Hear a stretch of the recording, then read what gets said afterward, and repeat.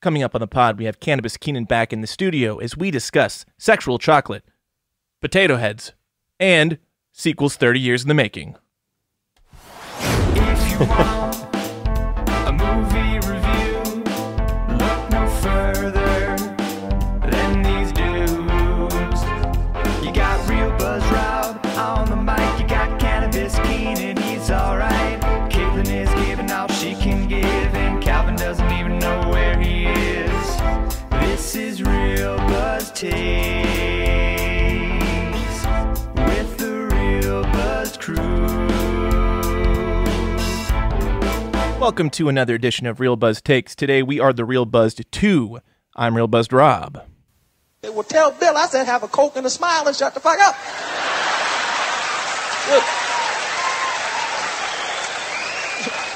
Jello pudding eating motherfucker. And to my left we have Keenan, a.k.a. Keenan the Cannibal, a.k.a. Cannabis Keenan, a.k.a. Keenan the Barbarian, Keenan Robertson. Well, that was Eddie on both drops, but his impersonation of Richard Pryor is so dead on. You think it's Richard Pryor. It is spot on, yeah. I downloaded it last night and this morning. I'm like, is that Richard? No, it's Eddie. It sounds just like Richard. Yeah, let me say, Buena Ziua, Romania. What's up, Romies? Is that what we're calling them now? Yeah, we're calling our Romanian fans Romies. Romies? Romies. Okay, that's what I'm going with. Right. Romies. All right, we'll start off with Real Buzz Current Affairs. Lots of talk this week. Lots of news on Real Buzz Current Affairs. All right, let's start with the royal family. Is that from Monty Python? I have no idea. It took me yes. 25 minutes to find a free sound drop of like royal trumpet fanfare. It was very difficult. All these sites wanted me to sign up and log in. I'm like, I'm not doing that shit. I could have just gone and found a trumpet and played you one of those, man. Like live? I mean, I took trumpet in 4th grade in band. You're 30 years old now. I can figure it out. All right. If somebody gave me a trumpet to play with like a clean mouthpiece, I don't know who you are. Don't come up to me on the street and be like, play my trumpet. I will absolutely keep that in mind for the next time we do a royal family. Oh, man, if you can get a trumpet, I'll play a trumpet. Trombone. I got a guy. Story. I got a guy. I got no idea. You got to hook up with I got a guy who knows trumpets. He got brass. He's got windwoods. He's got fucking percussion. I'm trying to think of all the other instruments. Brass. I think percussion. Yeah, that's it. Okay. Fun fact, real quick. My band teacher was named John Johnson. What a name. That sucks. Yeah, John Johnson. I'd go by Jack at least or something. Yeah, change it up. Yeah. John Johnson. That's just what a dick parent move. Another name from when I was in 1st grade. This girl I remember, her name was Kimberly Lee, and that always bothered me. It's like, why would you put 2 Lees there? Kimberly Lee. I don't know. Anyway, sorry. Current affairs. Yeah, that's just you're just asking for your child to get made fun of. Why do parents do that? Yeah, exactly. So I don't know if you saw the Harry and Meghan Oprah interview. I watched most of the clips online. I didn't watch it live in its entirety. I don't have cable. I saw that it happened. Yeah. So Meghan Markle outlined some pretty bombshell claims that have she's experienced the last few years, once being introduced to the royal family and then having a child. One of the biggest reasons they decided to leave initially apparently was due to the fact that Meghan was experiencing some racism within the family. She was told by higher-ups in the royal family. I don't know who's really in charge. I just know that some of their titles. I think the queen, but then the queen's old as fuck, so I don't know if she's making all the decisions. But they're told that Archie, Meghan and Harry's son, would not have a royal title or royal protection. Or royal protection. Either or. And they were like, well, why? And then he's like, because he doesn't have a title. Jesus Christ, man. Well, I saw one thing. I just saw that they were experiencing racism, and I saw that the queen said that the matter, she was taking the allegation seriously, but they were going to handle it privately. It's like, oh, okay, so nothing's going to come of it, pretty much. No, I don't think so. The biggest, most scandalous bombshell was that apparently one of the higher-ups in the royal family, they wouldn't say who because they didn't want to disgrace whoever it was, inquired with Meghan several times about how dark the skin tone of the baby would be. Oh, fuck. Yeah, it's pretty bad. Yeah, that's not good. I mean, I get it. Their brand has always been very white. Yeah. Yeah. Going back to, Jolly old Middle England or middle going back 300 years. Well, yeah, I mean, but English people overall. My guess, and pure Going back speculation, thousands of years. I have no idea that this. I'm speculating that it was Charles, which would be Harry's dad. Yeah. Okay. And well, which royal was racist? which one? And not to mention, it's weird that they're so concerned about the Duke and Duchess of Essex baby. Which one of them was a child molester who hung out with Jeffrey Epstein? I can't remember. Prince Andrew. It was Prince Andrew. That fucking guy has had photos of him taken with like underage girls in the Kitty Rape Mansion and Kitty Rape Island, and they're all like, "Well, how dark's a baby gonna be?" It's like, good God. Yeah. Yeah, if we were on Which Royal Was Racist, the game show, I would say, I'm going to take all of them, Bob. Yeah, I'm going to say all of them to an extent, and I guess I don't know that racism is, I don't know if they're just, because it seems like whoever joins that family, right? Look at Kate Middleton, look at Princess Di. Nothing good ever happens. And no one has like the fairy tale ending they do in storybooks. It all ends up going to shit normally. I still don't understand why Americans are so obsessed with the royals. Not all Americans are, because I could give a fuck, but, you know. We like reality TV stuff, and the royals are a reality TV family, essentially. Just they're not quite the Kardashians, but they kind of are in a way. The Kardashians accept who they are and completely try to embrace it almost. Yeah. The royals are like, we are the Kardashians, but we're not going to totally like show everything. I think we might have talked about this. I don't know if it was on a podcast or, you know, in between or something, but I kind of want to watch the show The Crown. Didn't you say you've been watching it? It's good. It's good. It's pretty good. It's cool because they have character arcs for 2 seasons. So there'd be an actor or an actress that plays a character for 2 seasons. And then as the royals are aging, they get a different actor to play the same character. So yeah, so that'd be interesting. There'll be like 3 different queens: queen when she was younger, queen middle-aged, queen older, and that's for every character. So it's interesting. I don't know. It's pretty salacious, man. They say it's fairly accurate. Maybe. Yeah, see, I feel like if I get into that show, then maybe I would care a little bit more about the royals. But until I watch that show, I whatever. Yeah, she also was telling that part of the problem is that the royals are so preoccupied with how everything looks, like optically.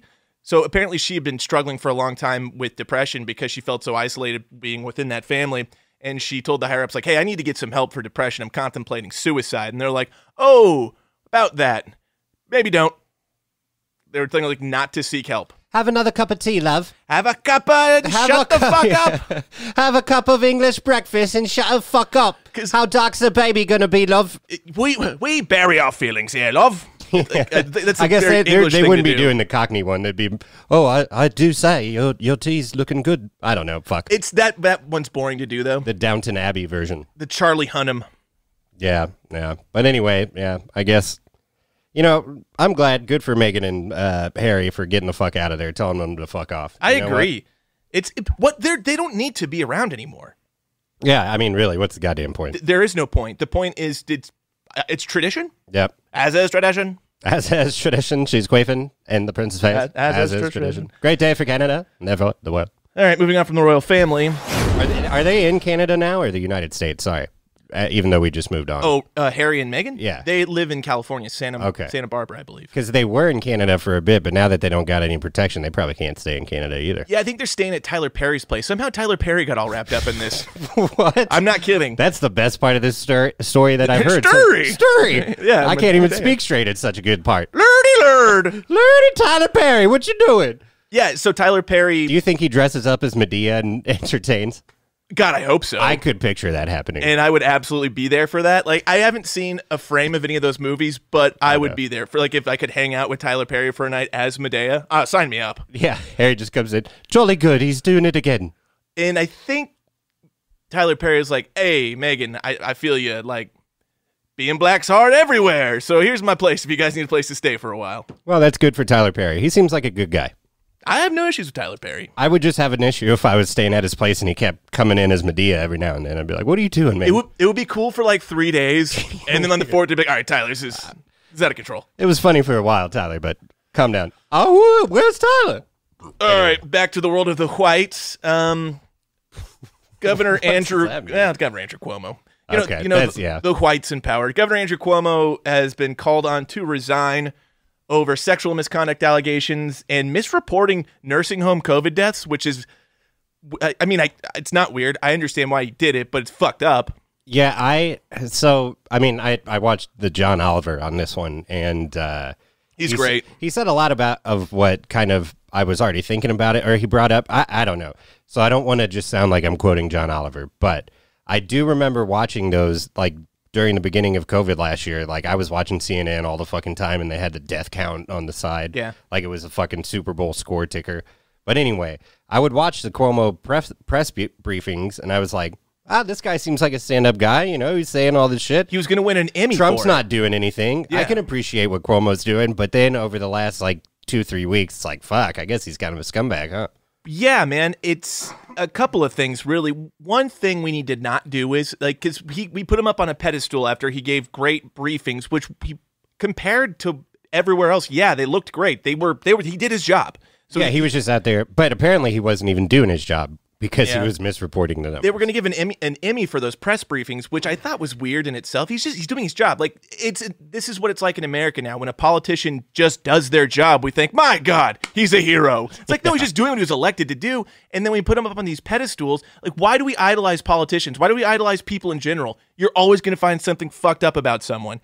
Well, yeah, and he's from kind of an American type royal family with the Cuomo, because his dad was governor of New York, and then his brothers all on CNN hanging out all the time. They're a political institution. They're like the D-list Kennedys. Yeah, like the D or E-list version of the Kennedys. Yeah. And being rocked with scandals. Because, yeah, not just misreporting the nursing home deaths, but then also the sexual assault. To clear it up, he underreported. Just underreported, so everyone's not like, oh, I knew they inflated the deaths. No, he didn't. He underreported them. To make it look like they were handling it better. Which they weren't. Right. And a lot of people died because of it. So, yeah, man, I mean, he probably should resign. Yeah, if it was just that alone, go ahead and resign. But then the next part of it, too, he's like, yeah, fuck. Sexual misconduct. This is going to sound like an excuse that I'm making for men, and it's not. I don't agree with this. But men in general seem incapable of holding any kind of higher powers or status or influence and not committing sexual misconduct. It doesn't seem like we're designed to do it. Yeah, that's just wait for the shoe to drop.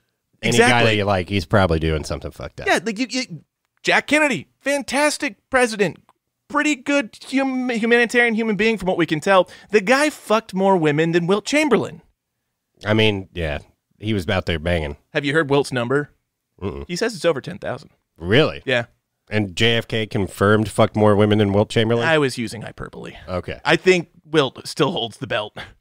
So, yeah, and also, Cuomo walks around with nipple rings in. So you think... I do remember seeing that on Instagram last year, and you're super surprised when, like, he's maybe had some shady encounters with some women. Like, the dude's 50, he's plus 60, and he wears fucking nipple rings. Yeah, out there, and they're like the bars, it looks like, man. Yeah, they show right through his shirt. That's a big red flag. It's a big red flag. And no did you hear what he said about, because that picture came out, you know, which, and I'll say, you know, the picture... He's kind of grabbing her on the face, and she's making a afraid face. But you know, I don't think you can convict him just on, you know, holding that picture. And he ends up saying, "Well, I'm Italian. That's what Italians do. We're from Italian families. We kiss each other on the cheeks. We grab each other. We kiss each other on the cheeks." So I don't know. I'm not Italian, but you know, in movies I've seen that happen a lot. So I don't know. But also, you're a 60-year-old man with nipple rings. You shouldn't be going around grabbing 22-year-old women by the face and giving them kisses and blaming it on you being Italian. Stereotypically Italian men known for being a little too sexually aggressive. Well, and I will say, like, that's you're using that excuse in a position of power as the governor of New York. Yeah. What do you think fucking Mario down on the streets doing, you know? Oh, just giving you a kiss because I'm Italian is what we do. Like, no, fuck you, Cuomo. You can't just use that excuse. Now you're making Italians look bad. Moral of the story, just don't idolize politicians like they're perfect people, because I guarantee you they're not. And again, there's different degrees of imperfection, right? Yeah. But this is why I don't understand when conservatives look at me and go, why don't you, I haven't seen you say anything nice about Joe Biden. He must be doing a bad job. It's like, no, I just don't idolize him. He's doing his job great. He's not my king. He's not my savior. I don't worship him. Right. It's just not healthy. All right. Moving on to another White men in power. Former LSU coach, current Kansas coach, Les Miles.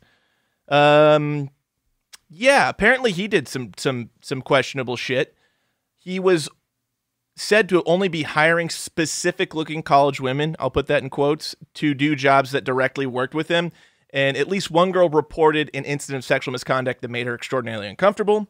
And it was said that he wanted blondes with big boobs. They had to be blonde. They had to have big boobs to work in the offices where he directly... Like, have you ever seen Charlie Wilson's War? No, I haven't. Oh, it's fantastic. You got to watch it, dude. You'd love it. That's Tom Hanks? Yeah, one of my favorite Hanks Philip movies. Seymour Hoffman? Yes. Yeah, I wanted to see it. Never saw it. It's really good. Is Meryl Streep in there? No, Julia Roberts. That's the one. Yeah. That's pretty comparable, though. I'd Yeah. say they're like... acting levels, you Julia know? Roberts is that generation's Meryl Streep. Yeah. For sure. Yeah, man. But yeah, Les Miles. I hired by KU. You know what I say? Fuck KU, so... Well, I think that also kind of... He did get fired by KU, too, you know. Has he been fired? He's been fired. Okay. I'm pretty sure I saw he got released from the team. But that's also poor vetting on KU's part, because this was common knowledge. This is why LSU was like, yeah, it's time to move on. I saw they said in a statement, we weren't aware of this when we hired him. Everyone else was, and that's why they weren't hiring him. Yeah. And Kansas like, whoa, we'll hire you. Oh, shit, we can get Les Miles? And that athletic department's not known for their sterling reputation of, doing things the right way. No, not at all. Ugh, Fuck fuck Kansas. Yeah. All right, moving on to Potato Head and Dr. Seuss. So Mr. Potato Head brand is... Sounds like a Paul Simon song. It does, it does. Paul Simon featuring Bob Dylan. Potato Head and Dr. Seuss. Right around, I feel like I'm on the news. Anyway, sorry. That's just a funny headline. I think there's a misconception going around that both of these things are being canceled, and it's just not exactly the truth. Dr. Seuss's his estate has decided to stop publishing a few of the more unpopular books because they contain racist depictions of things. So it's like, yeah, we're deciding not to make these anymore because first of all, no one buys them, and second of all, they're racist. Well, and one of them they had already changed, like in the 60s or some shit, because like he wrote it in the 40s. I think he had written.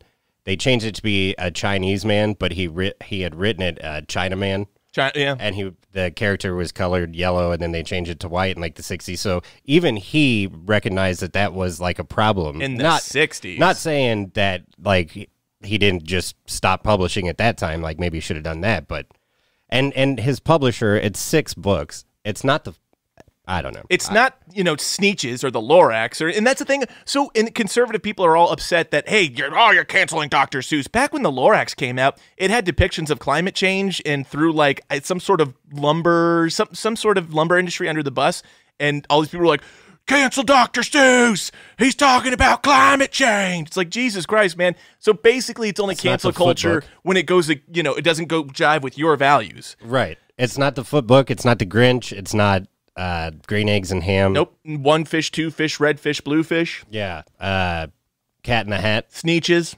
Yeah.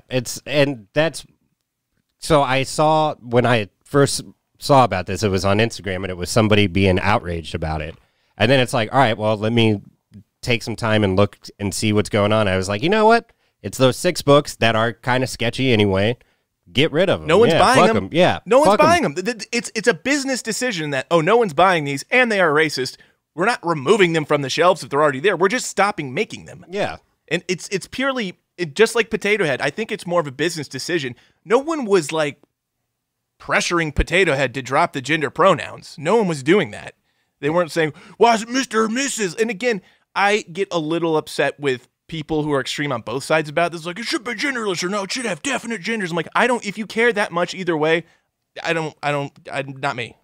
I feel like, for the Potato Head thing, they probably should have just done a Potato Head to begin with, and then you just sell that, and you can make it a Mr. or Mrs., whatever you want to make it. And that's how it is. Like, and then you can say, buy 2 Potato Heads, and then you can have whatever kind of couples you want the whole time, It's not even that they're taking Mr. and Mrs. off the boxes. They're just renaming their brand Potato Head. Yeah. And so then they'll have a Mr. model, a Mrs. model, and then a Potato Head model to which you can make gender. I think they're just going to have the Potato Head model, right? Maybe I misread. Maybe it's just, and you can make it whatever you want. Yeah, So it comes with all of the. Use your own imagination. Who gives a fuck what's on the box? You can have a potato head with a mustache and a pink bow. There you go. Yeah, do what you want. It's 2021. Get over yourselves, people. You can make a little mustache blurb and says, "Who wants a mustache ride?" Yeah, that's what I would do. And all the people that are pissed off about it, I challenge you. Like, when was the last time you even thought about a fucking potato head? It doesn't affect your life at all. It doesn't. Who gives a fucking shit? People who just want to get outraged about anything. Yeah. Tucker Carlson and fucking whatever, Laura Ingraham. Today I walked in and tried to find a Mr. Potato Head. That's a pretty good Tucker Carlson. But once I walked through the store, I found there was no Mr. or Mrs. Potato Head, yet just one lonely potato head. That's fucking good, man. I hate Tucker Carlson so much. He's so bad. They got rid of Bill O'Reilly and replaced him with fucking Tucker Carlson. Yeah. Tucker Carlson won a defamation lawsuit against him because his lawyers successfully argued to a judge that the reputation of Fox News and Tucker Carlson is so outrageously bad that no one should plausibly believe anything he has to say, and he won a defamation suit because of that argument. And he doesn't go on his show fucking broadcasting that. No, he doesn't. Yeah.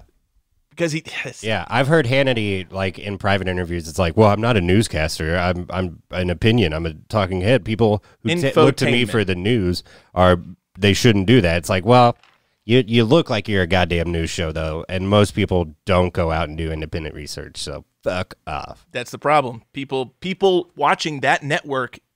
Any network. I mean, I will even say if you just watch CNN all the time and don't go out and do stuff, then that's wrong, too. Like, you have to look at both sides. And if you're watching Rachel Maddow and not, like, also doing your own thing, that's, again... This is kind of an argument I get a little angry with about centrists. Centrists are like, I think both sides are crazy, and I don't agree with either of them. It's like, okay, you're right. There's an extreme to both sides. One extreme is way worse than the other, though. One form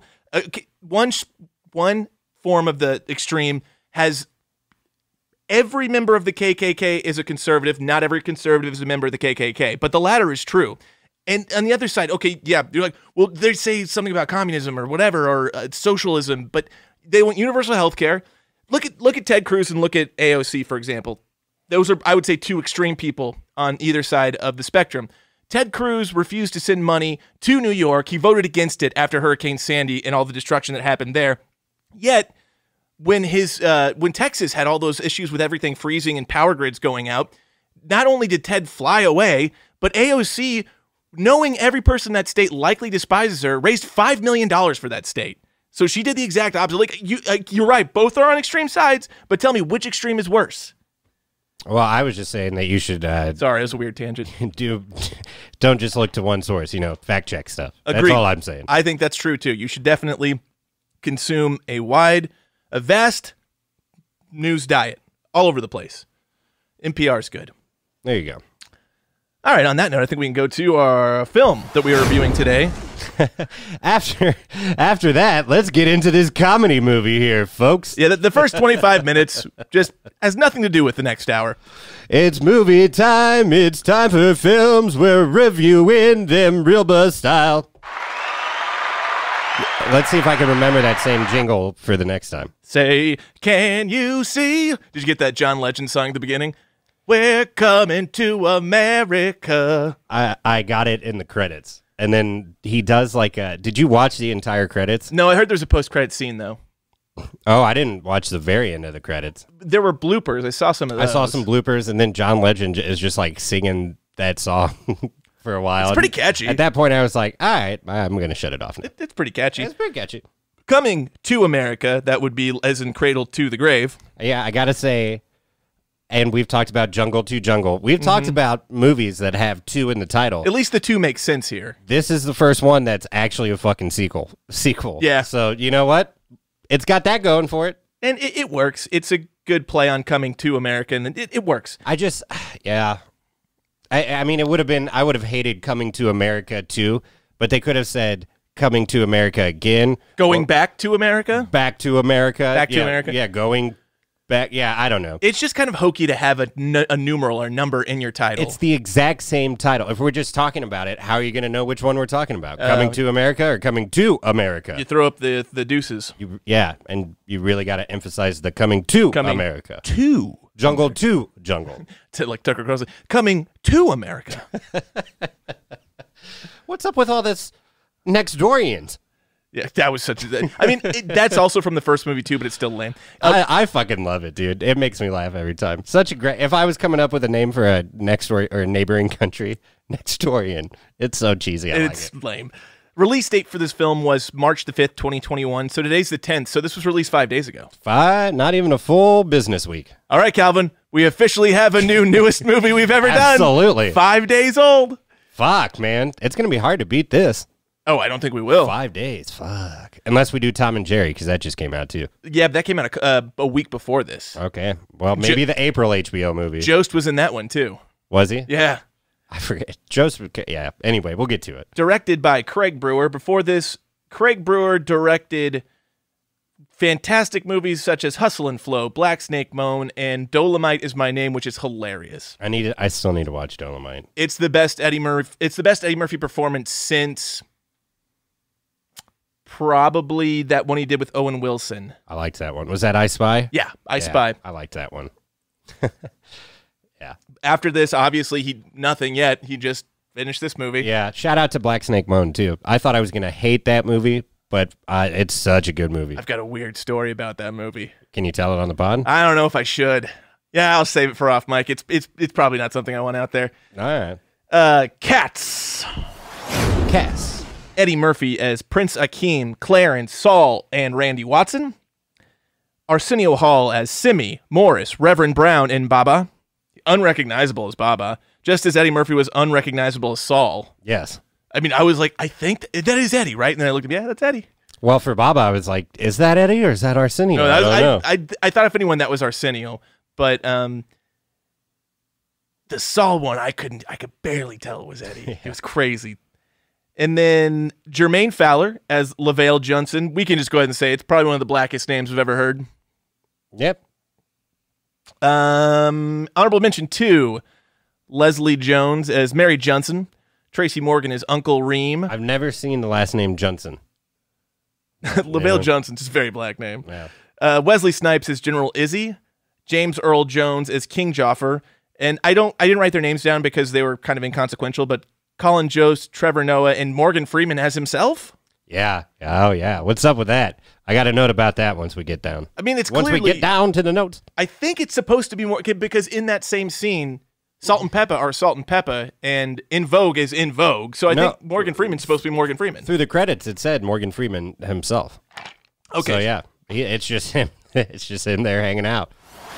Eddie Murphy, we've done him on a prior pod recently. I believe it was Beverly Hills Cop. I believe you're right. So we're going to do 5 fun facts. 5 fun facts. And these are mostly roles that he almost got but didn't get, which would have made movies entirely different. And some in a good way, some maybe not. Number 1, he was originally, the role of Winston Zeddemore in Ghostbusters was originally written for him. Oh, okay. All right. I'm going to be honest with you.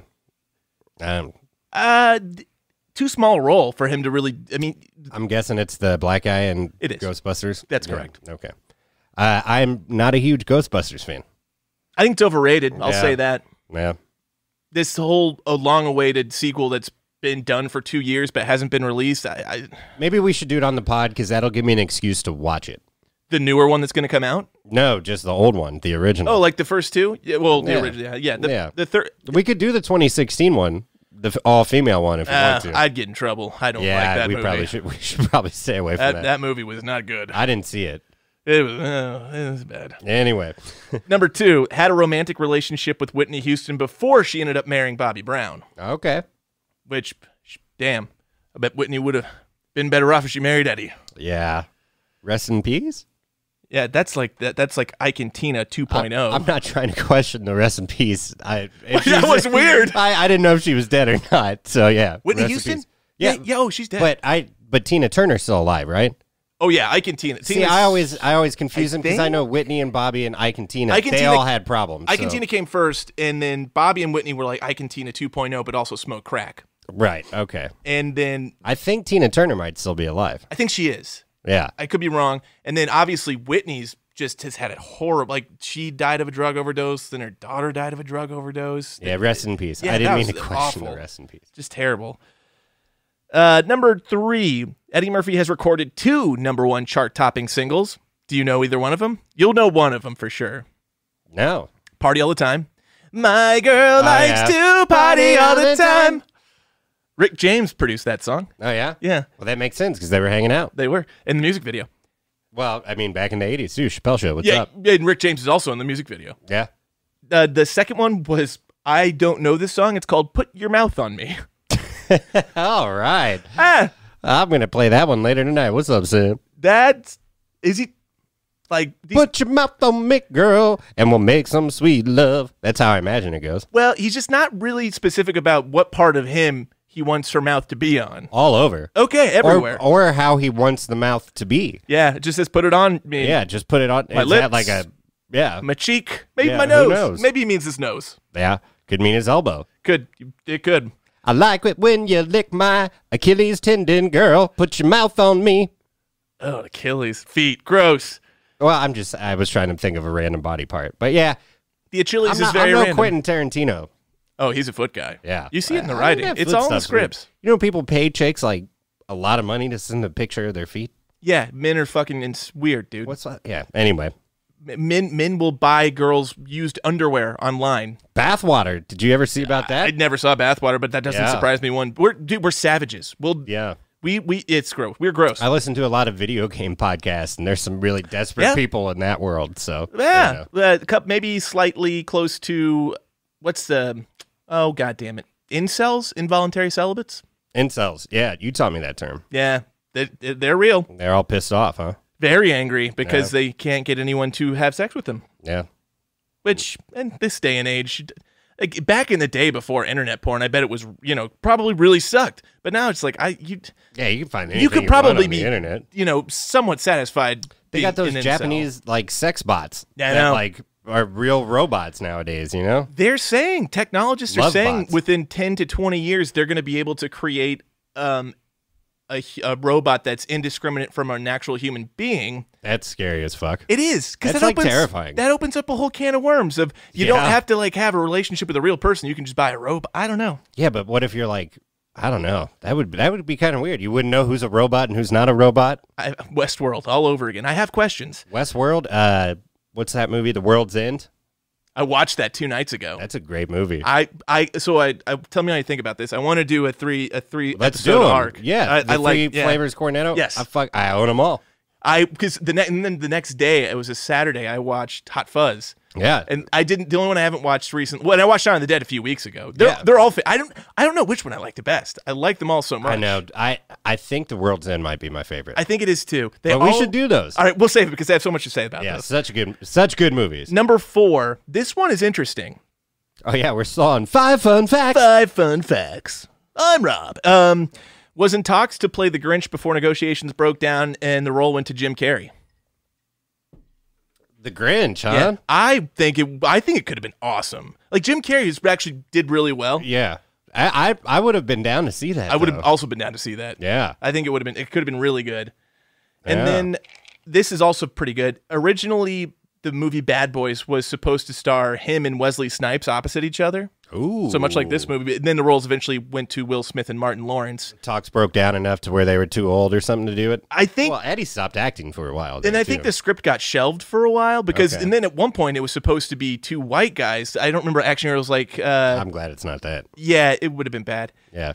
But then apparently, came back off the shelf once Martin Lawrence and Will Smith signed on, and I don't think that would have been better. I think Martin Lawrence and Will Smith are perfect in those roles. Oh yeah. If it was Bad Boys with 2 white guys, I mean that could just be Point Break. Get Keanu and Swayze. I mean, there's a lot. All right.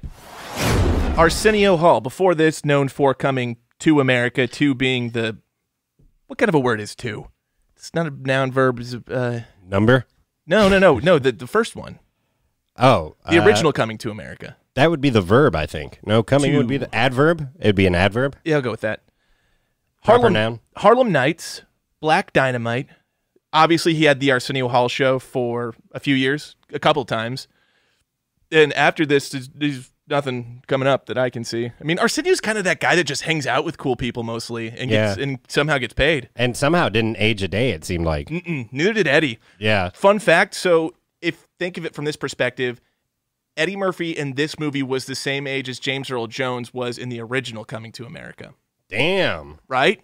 Damn. Right. Eddie looks fantastic. Yeah, and James Earl, I mean, James Earl Jones looks the exact same as he did in the first I one. thought he looked a little old. He looked a little withered. I'm going to be real sad when he dies. Well, he may have actually died in this movie. I don't know. And it was weird how... I'm going to die now. It was just weird how much they were talking about his imminent death in the film. It's like, it's actually real. Like, he could die at any second. Yeah. Jermaine Fowler. Before this, known for The Eric Andre Show, Robot Chicken, Crashing, BoJack Horseman, had a small role in Judas and the Black Messiah. I need to watch that. I think I've I got heard like it's really 2 good. days left What on do you mean? HBO. Oh, you'd tell it expires? Yeah. I think I'm gonna watch that. I haven't seen it yet, and I want to. I hear it's really good. Oh, damn it! I always forget this guy's name, who was also in Get Out. He's supposed to be very good in it. Daniel Coulier. yeah, he's good in it. Lakeith and Lakeith Stanfield. Lakeith They're both Stanfield. from Get Out. Oh, that's true. They are. Yeah. I forgot about that. Yeah.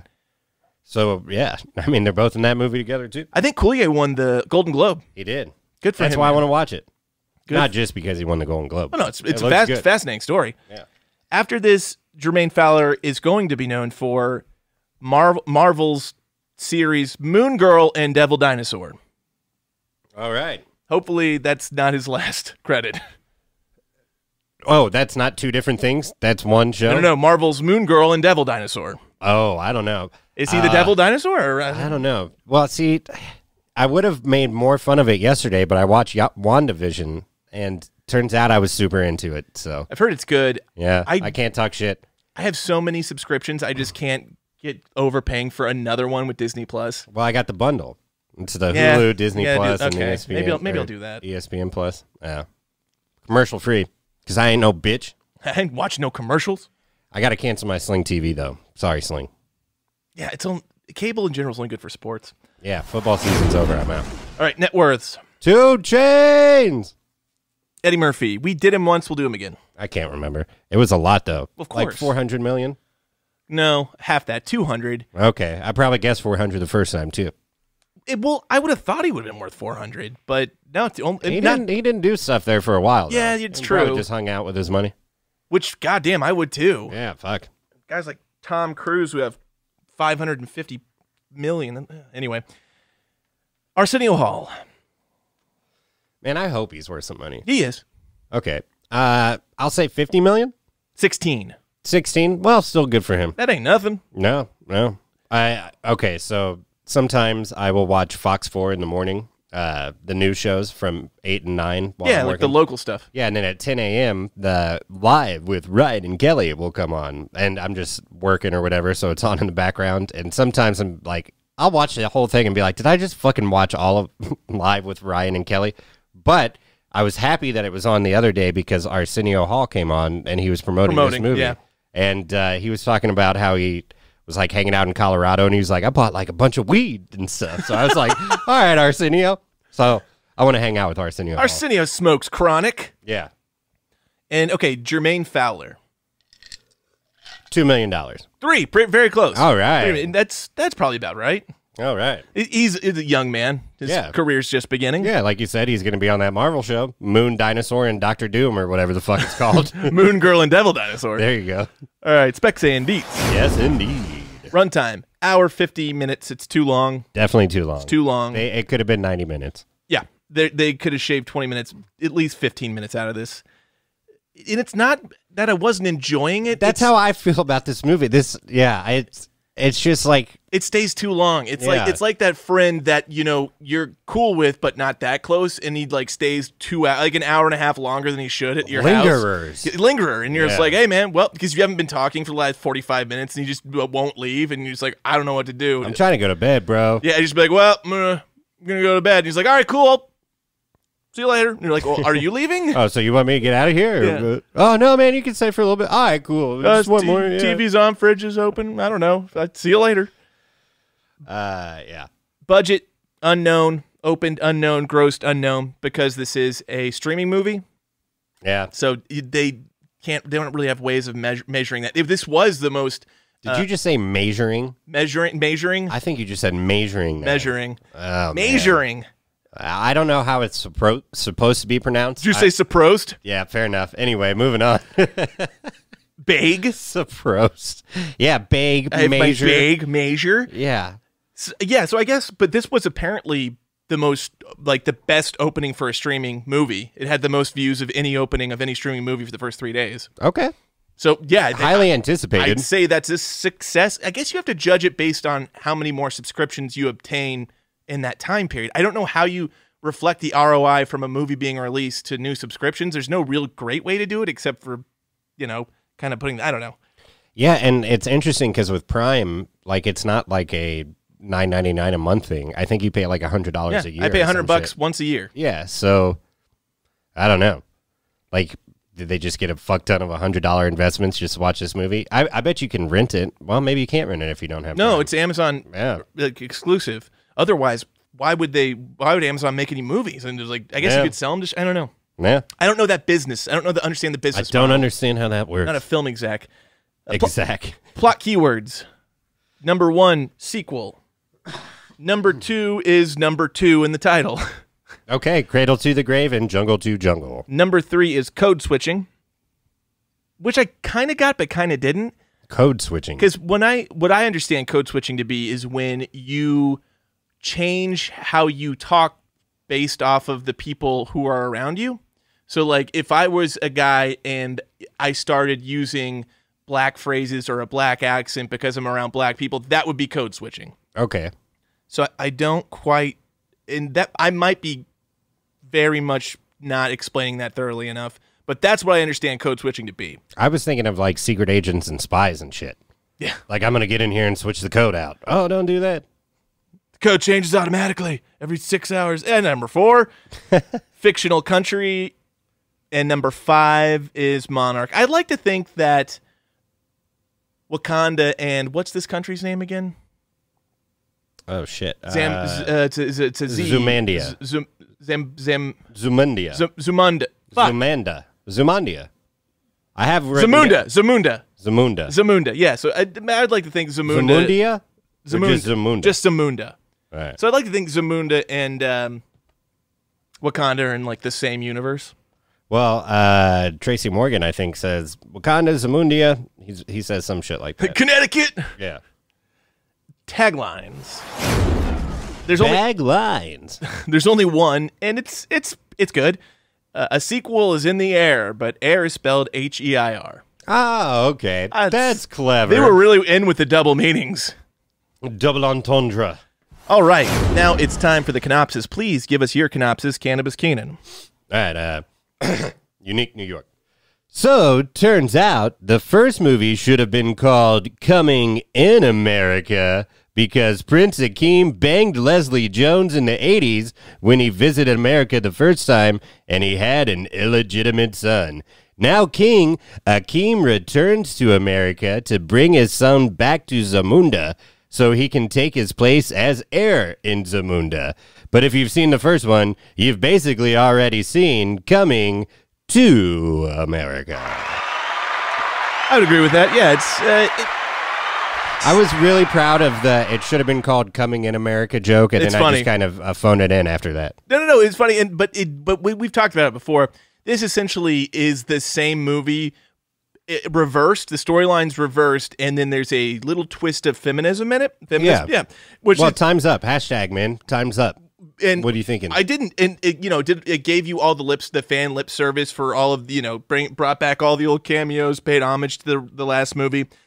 My only beef with it is they could have done it in 90 or 100 minutes, not 100 90 or 100 minutes, not 110. Yeah, this movie, it didn't it did overstay its welcome, but not in like a super offensive way. Like you said, it was like a guy that lingered at your house too long. Yeah. But not someone that like took an upper decker and then flipped off your fucking dog or something and left, you know? Yeah, not the guy that clogs the toilet and then just fucking... Yeah, left and said something real racist as he was walking out the door, like, oh, what the fuck? It's like, oh, what? Like, yeah, it wasn't an offensive overstay of time, but the whole movie just kind of like, there's not a lot of memorable moments for me from it. Like, there was some funny parts, but it just kind of was an hour and 10 minutes of a sequel that kind of played it safe a little bit. Yeah, and it was that old story trope of his son not wanting to be his father, but eventually becoming his father anyway, and then realizing it, and which is fine. Like, it felt like all of the story arcs and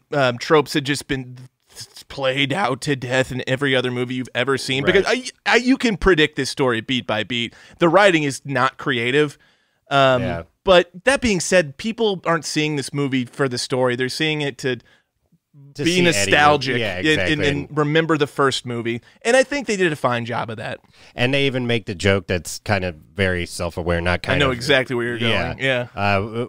You love American cinema? All it is superheroes and shit, or remakes of movies that are 30 years old, or sequels that nobody asked for, movies that are 30 years old. Sequel 30 years later that nobody wanted. Yeah.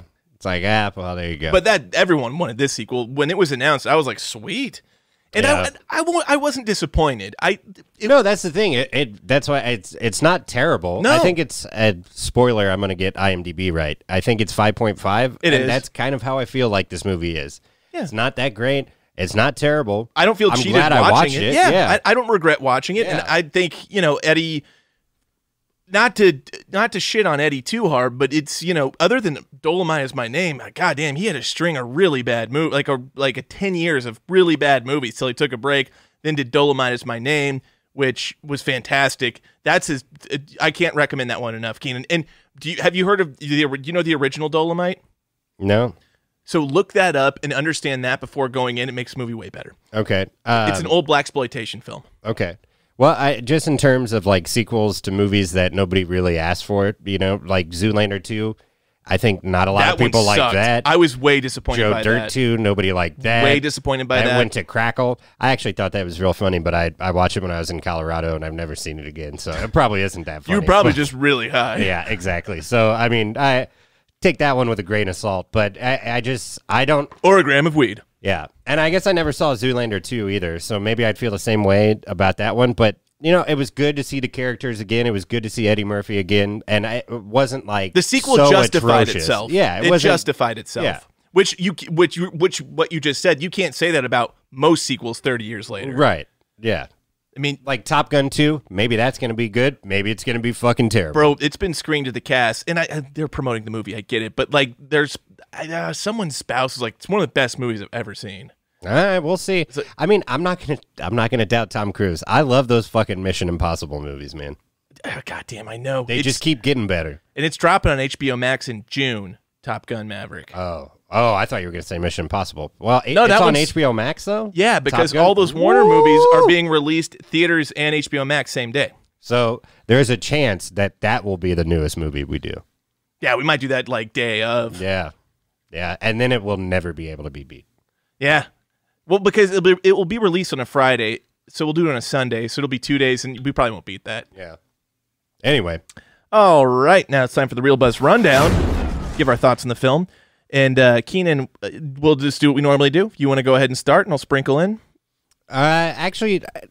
Or do you want me... I can do mine real quick, because I actually don't have that many, and looking through them, I think that I've already said a lot of them, so... That's okay. We're an hour in, so it's not a huge deal. Yeah, I've just got a couple quotes, really, pretty much. So, I mean, I said that I already talked about James Earl Jones looking old, but Arsenio Hall not, and blah, blah, blah. But I will say the flashback stuff, like when Arsenio Hall's... Oh, you mean when they Irishman them? I don't know what that means. So in the Irishman... Oh, yeah, I know what that means. They de-aged them? I thought it looked better than any time I've ever seen it. I was like, really oh my God, that looks like they shot this in the 80s. How is Leslie Jones there? It looked really good. They did a great job of I call it Irishmaning, but yeah, de-aging them, however they digitally did that. Eddie looked, I couldn't believe it. Whoever did the Star Wars movie for Rogue One when they tried to do, and when they did it for Carrie Fisher, they should have hired the guy that did this one. I think the technology's progressed quite a bit in 5 years. It's getting creepy how good it is. I Because, know. my God. We're going to be able to cast people who are still alive as their 25-year-old selves. Yeah. That creeped me out. And I was like, I'm watching this in HD. It's not like blurred. Like, it looks that's great. just really good technology. Yeah. So shout out to that. I will say that. And I thought it was funny, like, Leslie Jones, whenever he picks her, she's like, yeah, I'll fuck your friend or whatever. And then she goes back and she's wafting that candle on her coochie. Well, no, she was like wafting it out. And it was like, ugh. Oh, man, that was cracking me up. So pretty much, Leslie Jones, I think she was the highlight of this movie. I agree. I think she did the most with the amount of screen time that she had. And she's great on SNL. Like, Yeah, Leslie Jones is hilarious. Yeah, very legitimately funny woman. And we all know there aren't many of those. There you go. She wasn't what was wrong with Ghostbusters 2016. It was probably Melissa McCarthy. I don't like Melissa McCarthy. Yeah, we're on the same page there. I just don't like her. But anyway, so shout out Leslie Jones. Yeah, great job, Leslie. And then a line she said whenever Akeem comes back and she's like, you all know I was a hoe, right? You know, I wasn't selling it, though. I should have been. I should have been. Now, but you know I was a hoe, right? So I thought that was funny. But right before that, my note I have before that was when Morgan Freeman showed up at the pretty much funeral or death/funeral of... Death scene/funeral. Funeral first, death scenes next, yeah. Yeah. Which the whole time I was like, what the fuck is going on? Because they're singing the songs as he's dying. But you had Morgan Freeman and James Earl Jones in the same shot together pretty much. And what it made me think of was, what if there was like a celebrity deathmatch style narrator battle between Morgan Freeman and James Earl Jones? Fucking you got two of the man. best voices of all time in the same room, and I was like, oh my God. Two of the best, you're right. That's two of the GOAT voices of all time.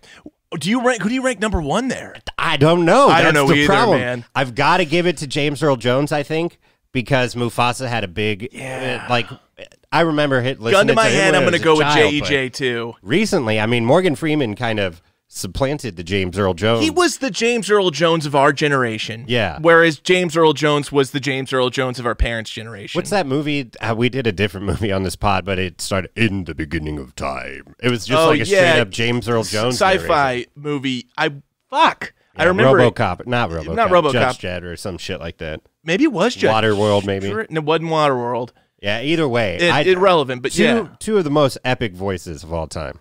Fuck yeah, man. Hall of Fame, first ballot Hall of Fame narrators. Not Yeah. even close. I think I got to go with James Earl Jones, though. He did it first. It's like MJ or LeBron. And the reason so Morgan Freeman played God in a movie. It's true. But I was I'll never forget it because I thought it was one of the funniest things of all time. I was at a truck stop in the middle of Kansas, fuck Kansas, right? But I was driving to Colorado and Got to go through Kansas to get to Colorado. Yeah, one of those big truck stops they have, and everyone's Flying going to the J. bathroom. Yeah, pretty much. And Yeah. you're looking around, and they've got the audio books and shit like that. And there was a big ass tape set because this was early 2000s. They have like the CB radios, like the things you could wear on your head to talk to other Yeah, truckers. nowadays they got fucking everything in there. But there was like a tape set that looked like a big book, but it was James Earl Jones Doing the Bible? reads the Bible. Yes! And I was like, we should fucking buy this. I showed it to my dad, and we were like, that'd be funny, but we never bought it. But I would absolutely listen to James Earl Jones do the Bible. yeah, absolutely. I think that's more epic than Morgan Freeman playing God. That's what I'm saying. So I think you got to give it to James Earl Jones based on that. I don't know. I mean, Morgan Freeman, he marched the Penguins. He did that, but James Earl Jones read the Bible. It's a tight race, man. A gun to my head, I'm gonna go with J.E.J. and stick with it, but it's a close race, man. Yeah, I mean, so shout out to both those dudes in the same movie. That's a great. I can't believe I didn't make that connection. That's a fucking great. It's truly a great observation. Truly an astute observation. It's a very astute observation. Yeah. So great to have both of them. And then I guess the next point I have is another kind of a deeper one, not deeper one, but so Eddie did he write this movie? Do you know that? I don't think so. Well, I don't know. All right. He had to come up with some of the jokes. I don't know. I think he probably had input on the script as the story arcs, but no, as far as like who was the screenwriter, it wasn't him. Okay. I just feel like some of the jokes, and the only one that I wrote down, because the shake weights were making me laugh when they went to the Nextorian army. And literally the only movie I've ever seen where there's an entire scene dedicated to a joke about child soldiers, African child soldiers. The guy's like, go play with your AK-47. Oh, yeah. Yeah, it was... I mean, don't get me wrong. I don't think it was all that offensive. It's offensive, but it's funny. It's comedy. You didn't make funny. the joke. Yeah, I don't... And just the shake weights themselves... It's hilarious. They're working out the shake weights. There were a few jokes in this movie, though, that I was like, it's 2021. Like, shake weight joke would have been good like 10 years ago. You think it was probably. too dated? Yeah, and there were a couple other jokes that I feel like this movie might have been written in the mid-2000s, and it would have been super relevant then. Hear me out, though. Hear me out. So think about it. It's a third world country. It's Africa. So maybe the shake weight gets there 10 years later than it does here. You know what I mean? I like where your head's at on that. Maybe that's part of the joke. Based on that, I allow it. Yeah. Okay. I like it. Part of the joke is they got the shake joke. weight. Yeah, they just got there later. Okay, I'll allow that. And then my last two things are shout out to Leslie Jones and Tracy Morgan. Tracy Morgan was good too. Tracy Morgan, whenever they're about to do the ceremonial circumcision, he's like, "They go shopping yo too, nephew." I thought that was funny as shit. I mean, that line just made me laugh. Anytime Tracy Morgan's in anything, I'm gonna laugh at. Once Baba put the thing in his mouth, I was like, "What the fuck?" Oh yeah, it's a potato. Definitely freaked out. It's a potato. If we're cutting scenes, I think you cut that scene. The joke wasn't worth the buildup, in my opinion. I thought it was kind of funny. But I'm not even sure it really even fit the tone of the movie in general. That's what, 3 minutes right there you could take out? Yeah, absolutely. Yeah, I would take that out. Yeah. I thought they did a good job of updating the McDowell's jokes. Yeah, the McDowell's at the very beginning. Well, no, and then there wasn't the McFlurby too. But at the very beginning, I'm glad they kind of got it out of the way, though, at the beginning. Like, that was very early on in the movie. They were just doing lip service because you had to go with McDowell's, right? That was a big part of it because there are restaurants that actually turn into a McDowell's on Halloween and serve awesome. A sexual chocolate milkshake and kind of just do the whole just paying homage to the film. And it's funny because they even had, my favorite part of that scene was the black Ronald McDonald, but it was Ronald McDowell. It looked so fucking funny. Yeah. If you only see it for a split second, but it's hilarious. Yeah, he's like doing the splits in front of him. It's really funny. That was another joke, I guess, that I guess veggie burgers and stuff like that, that's not too old, but that's still like 2 or 3 years ago they should have made that joke, you know? Yeah, they're trying to, to have a recent bit that kind of makes sense, but still ties back into McDowell's. Yeah. It didn't land perfectly, but I'm not mad at it. Yeah, but the whole McFlurby thing was funny. McFlurby was funny. We put our toppings on the bottom. You got to fight for that. I said McFlurbies are nothing like McFlurries. It's not the golden arches, it's the golden arcs. That was all great. It's because the joke is, he clearly just ripped off McDonald's. But it's funny. It's a great bit. I talked about how it's weird how they make death jokes constantly about James Earl Jones' character when James Earl Jones himself could, in fact, pass away at any second. Well, yeah, and he's like, I'm about to die, man. He doesn't say it like that. No, he says, I'm going to die now. Yeah. Wouldn't that be nice if you could just be like, hey, man, not say you get to a certain age and, you get your family around and you do something great, one last big thing, and you'd be like, I'm gonna die now, and then you just go peacefully. He's just standing in his coffin. It's perfect. Yeah. Like most people would love to die like that. Well, and especially as Morgan Freeman's saying Gladys Knight. Yeah, exactly. She's coming out. That was my favorite. The taking the train back to Zamunda. That was my favorite kind of play on the songs. Like the Salt and Pepper and In Vogue was good. Yeah, but. And the whole, now Zamunda's fates with a son who can't have a son. What's the point? Yeah, that was my favorite kind of. Also, this movie could have been considered a musical. There were at least 3 or 4 musical numbers. Oh, yeah. Lavelle raps. Yeah, he does. Yeah. Yes, that he does. How many musical numbers does it take to be considered a musical? It's a good question. Don't know the answer. I would say 4. So did this have enough? Maybe, maybe not. It depends on what you consider. I don't know. You might have to have the whole cast sing at a point, too. Yeah, and because this isn't a musical in that the characters are participating in singing and dancing to progress the story, these are just musical performances that happen to play in with the script. So that is like Pitch Perfect a musical then? Yeah, for sure. Okay. For sure. So Pitch then, Perfect yeah, is. this one could be considered one. I don't. So this is. And I'm being nitpicky here.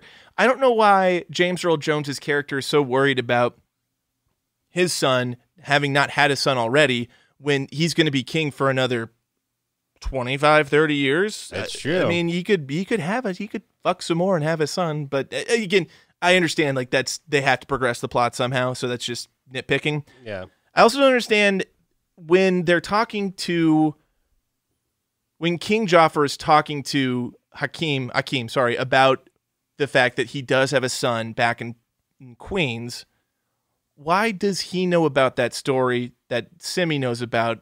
Like, why does King Joffrey know that story? Did Simi come back and tell him? Yeah, had told him because. But why would Simi tell him that story? Because at one point, because King Joffrey's like, Simi, go ahead and tell him. I know, but I just don't know why he'd ever share that. It's like, yeah, basically, I got your son date raped. Because I think Joffrey pretty much just abuses Simi and like throws shit at him. So he's probably like, tell me the truth, Simi. Yeah, or I thought maybe Baba's vision maybe showed all of it, and that's how he knew. It could be Baba's vision maybe too. It's that. Yeah. Either way, Hakeem didn't know. No, he did not.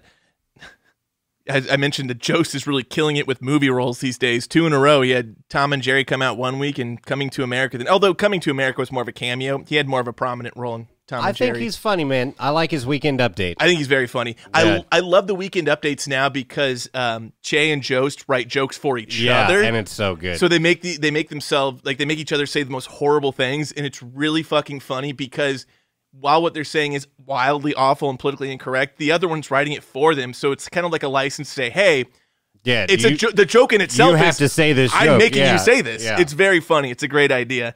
And he's banging ScarJo, so good for him. Dude, has been for a minute. They're They're married. married, right? They're married. Yeah, man. So good for him. Yeah, shoot. Colin Jost is fucking killing it.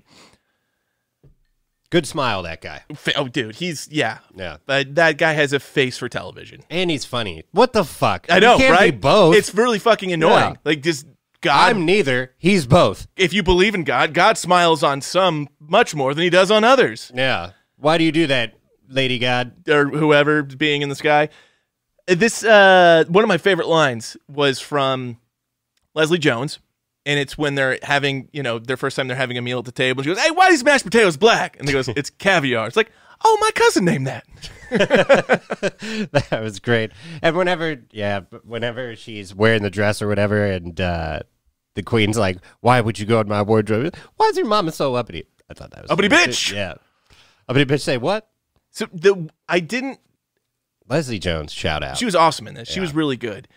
The one I thought when I saw this was rated PG-13, it's going to be noticeably different from the first one. It wasn't, except for one thing. The royal bathers in the first one were nude, saw titties. And this one, they were wearing those flesh-colored crop nudity, tops. yeah. And I was just like, damn it. This definitely is PG-13. Yeah, that's right there. That's where they got you. No nipples. No nips. And to show feminism, it was Leslie Jones that was getting ate out under the thing by the royal bather. That's what it was implied. Yeah.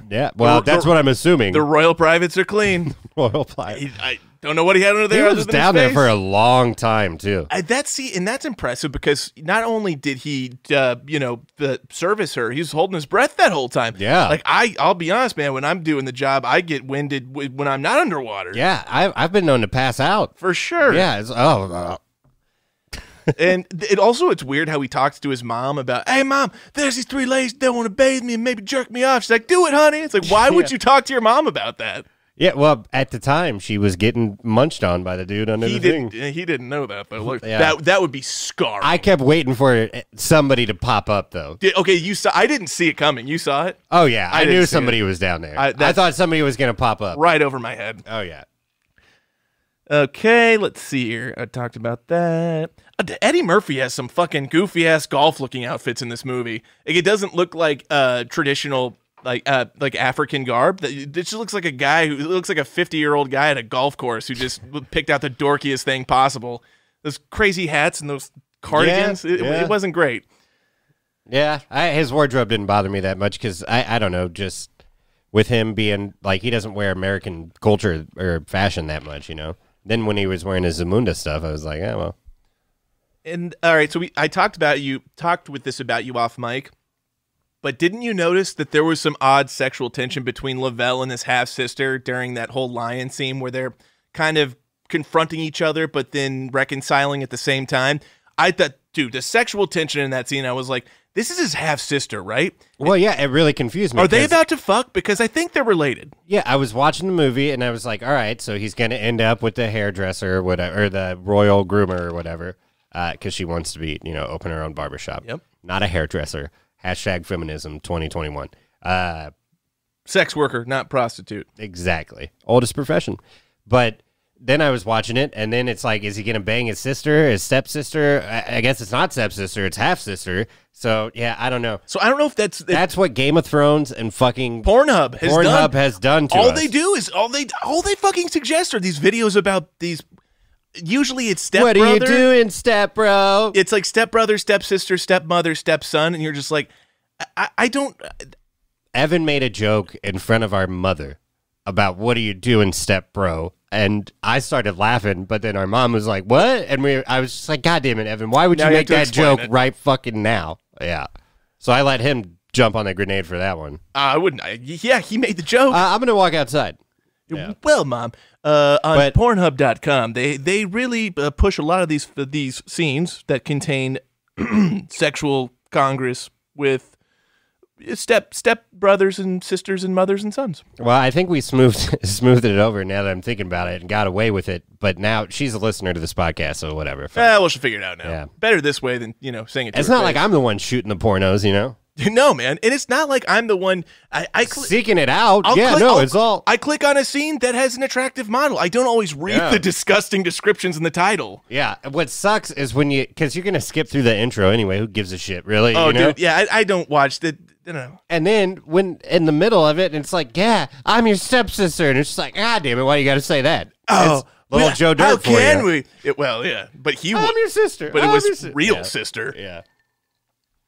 Yeah, and anyway, that's our Real Buzz porn take. It is. I talked about this a little bit, but the writing got just super corny in the third act, where it was like Lavelle and the barber's love story started to happen, and Eddie Murphy's wife and Leslie Jones started getting along perfectly, and Arsenio Hall and Tracy Morgan became friends. It was just super cheesy, and the writing kind of took more of a Cinderella fairy tale turn. Wesley Snipes just wasn't pissed off at all, because that's whenever they came back, he kept looking for, I guess he got his ass kicked a little bit or whatever. Not really. His pinchmen did. Yeah, so... Yeah, I mean, Arsenio Hall comes in, he's like... Hashtag feminism. You smell like baboon's ball sweat or whatever he says. No, but that was a callback to the first one, because he says that exact line to Eddie Murphy while they're training with the stick fighting. And I'm not going to lie, dude. Arsenio's fighting was weak as fuck in this movie. Oh, yeah, it was. Like, the three ladies fighting, like, they looked pretty fierce and, like, in shape, and, like, they could actually fight. He looked like a little bitch. Well, he's old. His face might not look old, but he's old now. Well, how old is he? I don't know. He's got to be Is he 60? 60-something? Nah, not 60s. He's probably in the 60s. Maybe they How are old's 60. Eddie? It's like, I guess maybe they are 60. They're probably 60. God damn I mean, it. think about it. The 80s were 40 years ago. Yeah, this movie came out 85, I think. Yeah, so he was probably 30 then. Fucking hell. 25 then. He's 65 now. Nope, 55. Never mind. Anyway. Yep.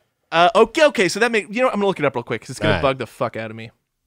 Yeah, but so then there's that little fight scene, and then he keeps asking where people are, and then Lavelle comes back and gets married in Zamunda, and Wesley Snipes at the wedding, and he's like, everything's good now, man.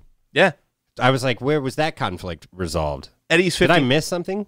No, it's just kind of poor writing, because they wanted Snipes in the movie, which was a great choice because he was fantastic. Oh, yeah, he did great. But they didn't really have a great out for having this conflict resolved between him and this general. So basically it was just Eddie's daughters, Akeem's daughters, like, kicking his, so now he his knows his role. Yeah, so he's like, okay, this is a bad bitch. She, this is someone who's going to be pushed over, so I'm going to back off. Okay. And then they said, and there's like, oh, we open trade. Yeah, it's going to be peaceful and prosperous. Yeah. So Eddie is 59. Arsenio Oh, Eddie's not 60 yet. All right, well, good for him. Arsenio's 65, so Arsenio's a little older. Damn. Yeah. All right. Okay, that makes sense. So I'm sorry, Arsenio. I didn't mean to say you look weak as fuck. You're a senior citizen. Yeah, you're a little old. And you talk about Irishmaning, because when Robert De Niro is supposed to like be stomping that dude to death, he looked like he needed a walker. That was man. so bad. It was uncomfortable to watch. Who was on the cutting room floor where they weren't like, we have to cut this scene, or we have to redo it, or we have to just somehow show. Let's get a younger actor's body, and we'll just put his face on it. It would have looked better with a stunt double. Yeah, it was terrible. Oh, and it goes on. Oh, I know. It's so apparent how that got past the cutting room floor because it's Scorsese. Like, normally he's aware of that shit. I don't know. All right. Do you know what time it is? Got up, boop, with that. It's time for Tipsy Trivia.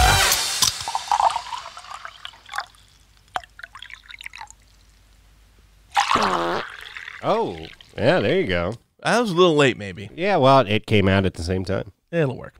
This is the portion of the podcast where we have 5 trivia-based questions from the film. If Keenan gets 3 of the 5 correct, I have to shotgun, and he doesn't. If he gets 2 of the 5 correct, he has to shotgun, and I don't. But inevitably, we'll all end up shotgunning. Number 1. Nummer 1. Over, under, 89. How old was James Earl Jones at the time his scenes were filmed? Oh, I did not look up his age. This is interesting. Mm-hmm. Over, under 89. That's a really good place to put it, too. I'm going to take the under because I don't think he's 90. Under, 88. So it's interesting. He didn't travel to film his scenes. They rented a soundstage near his home, and they filmed his portion of the scenes with no other cast members, and then edited him and edited it and put him in later in post. When was the last time he was in a movie?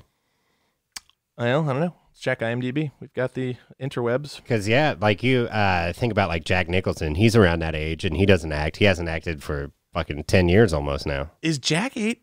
Jack's old, man. Jesus. All right. James. I don't know if he's 89 or 88 old, but he's like 80 old. Yeah, I think he's probably like 84. Yeah, which is pretty fucking old. They have him, actor Rogue One, is, because he played Darth Vader he voiced Darth Vader at the very end. Right. All right. So they superimposed all the characters around him, huh? Not superimposed exactly. They Just had put 'em in sound post. stages where they just replicated the sets and then made those same sets. And so with editing, they just weren't in the same room. That's interesting. 'Cause he wasn't with anybody the No. entire time, even when he's standing. No. Because I guess he's probably really laying down, and Yeah. they made him look like he was. Oh, damn, that's interesting. Darth Vader voice, voiced Mufasa in The Lion King. That's true. So I mean, he's still out there. A lot of acting. voice work. So 2015, he was Agent X in a TV series called... Oh, no, Agent X was the TV series. He was Chief Justice Caleb Thorne. So 2015 is when he actually did in-person acting last. Okay, it's been a while. All right, It's been a while since James Earl Jones acted live in person. I used to really love Stained back in like early high school, late middle school, early high school. Oh, man. But I can still remember just the way you taste. God damn it. Them and like Puddle of Mud and all that shit, man. Yeah, what would you call that? Because it's not I butt call it rock. butt I call rock. it butt I rock. call It's it butt exactly rock, it's butt yeah. rock. I mean, there's some good songs from it, but it's definitely Butt rock. yeah, it's Creed and all that. Yeah, stuff. and When I was in Iowa last weekend, Shine Down. I went to the worst fucking strip club I've ever been to. Wait, with Sam? Yeah, Nice. We went on a party bus and stuff like that, and Well, so, it was a strip club in rural Iowa. Of course, it wasn't so good. the strip club is half like it's one building. Yeah. and in the back, like a double half, wide. a little bigger, maybe a quadruple. Okay, so wide. a double wide. Yeah. Wide. So you go in the back, and it's called the Piranha Club, which is not the strip club. So I thought we were going to the strip club. Did so they we serve walk in the alcohol? back, and I had been told, but I had been told sometimes we go here and the strippers aren't even here. So we go in this place called the Piranha Club, and it was very well lit. There were some people in there and stuff, but Okay. no strippers. Like a bar. And we were there for a little bit, and I kept being like, well, maybe I don't see a stage or anything like that. I don't fucking know. And so I ended up looking at Sam. I was like, this is the most like well-lit, mild-mannered strip club I've ever been to. And she was like, oh, no. The strip club's on the other side. We ended up going to the other side, and the lights were maybe like a quarter more dimmed, and the strippers were all just playing pool together, not talking to anyone. Nobody was on stage. So I look at Sam and I'm like, this is the most mild-mannered, well-lit strip club I've ever been to. Were they naked? Like, not even really naked.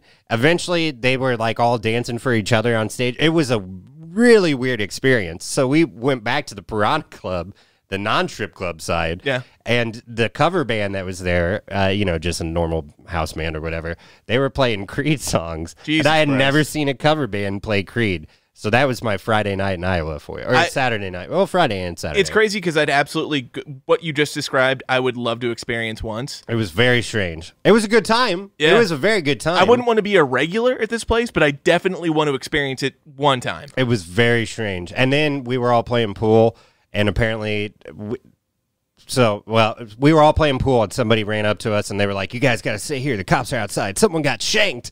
And then, like, 2 hours later, we found out nobody was stabbed at all. Like, it was just some Iowa people talking shit. But there was a big fight, and the cops came in.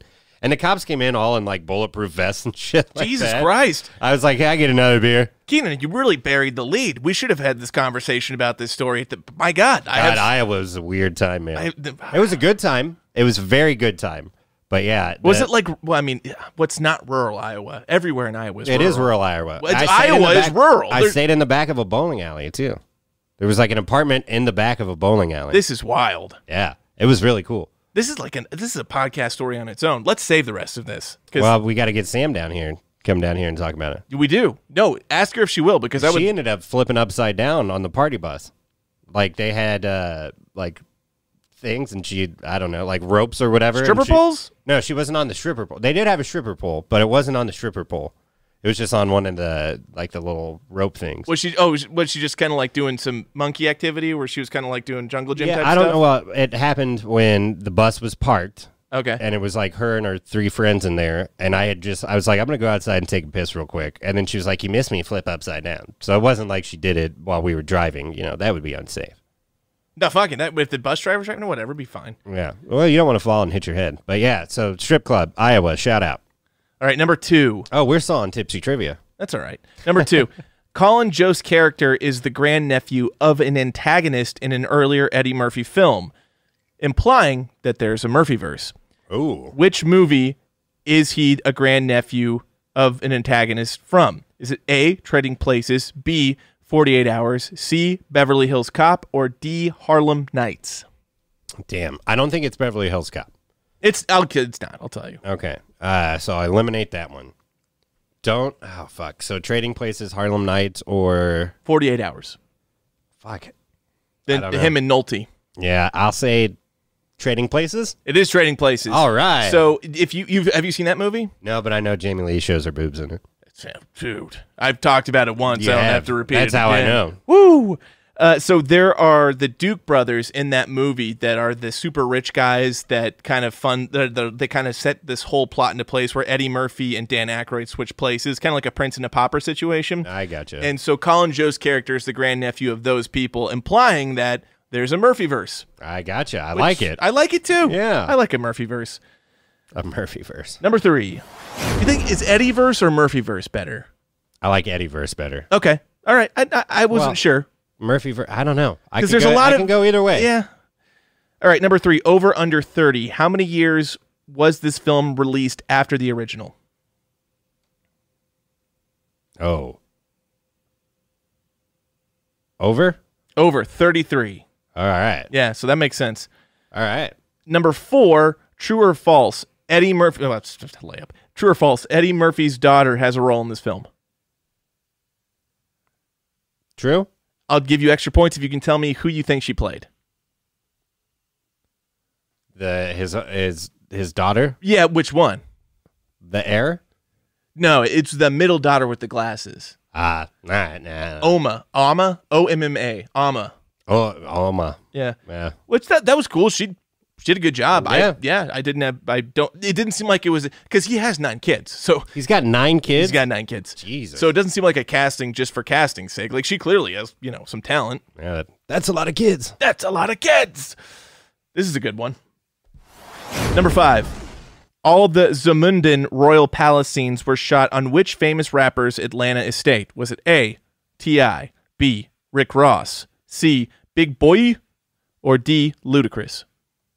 Oh, fuck. All Atlanta-based rappers. Fuck. I'm going to say Luda. It was Ricky Rose. Really? Yeah. All right. So that's interesting. So all of those like palace scenes, like that's Rick Ross's just Fuck, his man. place. Yeah. God damn. I know. Well, hey man. That's balling. Yeah. Ooh. That's what'll get you. Yeah, Ricky Rose, If baby. I could do that, you know. I mean, I can't do it. Like, Well, he he's can, also you like know. producing music and stuff, right? Or rapping at least. Oh yeah, I think he's in the industry doing a ton of things. I think. Doing more than I am. Fuck. I mean, yeah, it's Rick Ross, Ricky Rose. Yeah. All right. Drinking Buddies, the portion of the podcast where we choose a character, not an actor, but a character from the film that we would get irresponsibly, shit-faced, wrecked, shy-voed, if you will, and I will, drunk with. Keenan, who's your drinking buddy? I don't know her name, but Leslie Jones. Mary Johnson. Mine Yeah. as well. Mary Johnson. Mary Yeah. Johnson was mine as well. I mean, my God, she would be the most fun. hilarious. I'll go with Tracy, Uncle Reem. I'll Reem- go with Reem Uncle would be Reem. good. He would be good too. But either way, also shout out to Trevor Noah. Very funny. With his little afro and mustache in there. That was funny. I also liked how, so James Earl Jones back in the day was the voiceover guy who did This is CNN, and then he also did the one for This is ZNN. Oh, I didn't. Yeah, that's good. Yeah, and then Trevor Noah played. He was an anchor for ZNN, Yeah. which had an incredibly difficult African name to pronounce that I can't remember, but he was very funny. At first, I didn't recognize. I was like, "Who is? Oh, that's Trevor Noah." Oh, I recognize him pretty quickly. Yeah. And it makes sense because he's from South Africa, so he kind of. I mean, Yeah. which Africa's a continent, so it's clearly. I don't know Yeah. where they're. It's a made up place, so I don't know. Maybe it's near South Africa. Africa is not a made up place. No, but I know. I just want to save you from that. I just want to help you out with that. no. Zamunda is Zamunda, a fictitious country in Africa. All right, Rotten Tomatoes over under. I will set the critics at a 50%. Under. Over 52%. All right. I will set the audience at a 50%. Oh shit. Under. Under 47%. All right. We all know the IMDb.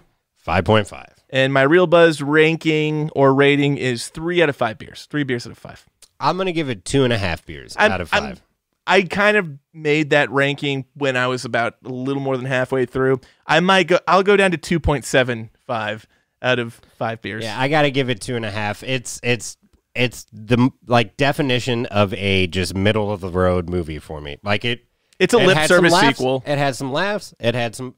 I don't think that I would give it like 3, or if it wasn't this movie, like if it wasn't a sequel to Coming to America, like had this just been the first one and Coming to America had never taken place, I don't know if I'm like if the nostalgia's not there. Yeah, I'm it's definitely probably like a I'm giving 1.5 it a or huge 2. benefit of the doubt Yeah. because of the first movie. Yeah. So that's true. That's why I can't give it a 3, but I'll give it a 2.5. It hit the nostalgia fine enough. It didn't rely on the nostalgia too much. It was its own story it enough. probably relied on it a little too much. I had but some fun that's with what it, people though. want. That's true. They're just giving it's lip service. It's But what it the people wasn't want. Eddie as the main character, really. So that's where, like, you know. It's true. It's a very ensemble cast kind Yeah. of film. I agree with that. But he did play a lot of characters throughout the movie. So, you know, Like 4 at least. yeah. Again, Saul was the most interesting. Like I couldn't believe him. Yeah. He can do a white Jewish guy really well. Yeah. Very funny.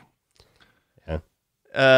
All right. Well, thank you again for listening to another edition of Real Buzz Takes. We are the Real Buzz 2. Keenan, take us out. Mom, my name is Cassius. I'm going to call him Cassius. Fuck, I fucked that up. We are the Real Buzz Crew, and we review the best of the worst for you. This concludes our broadcast day. Balls.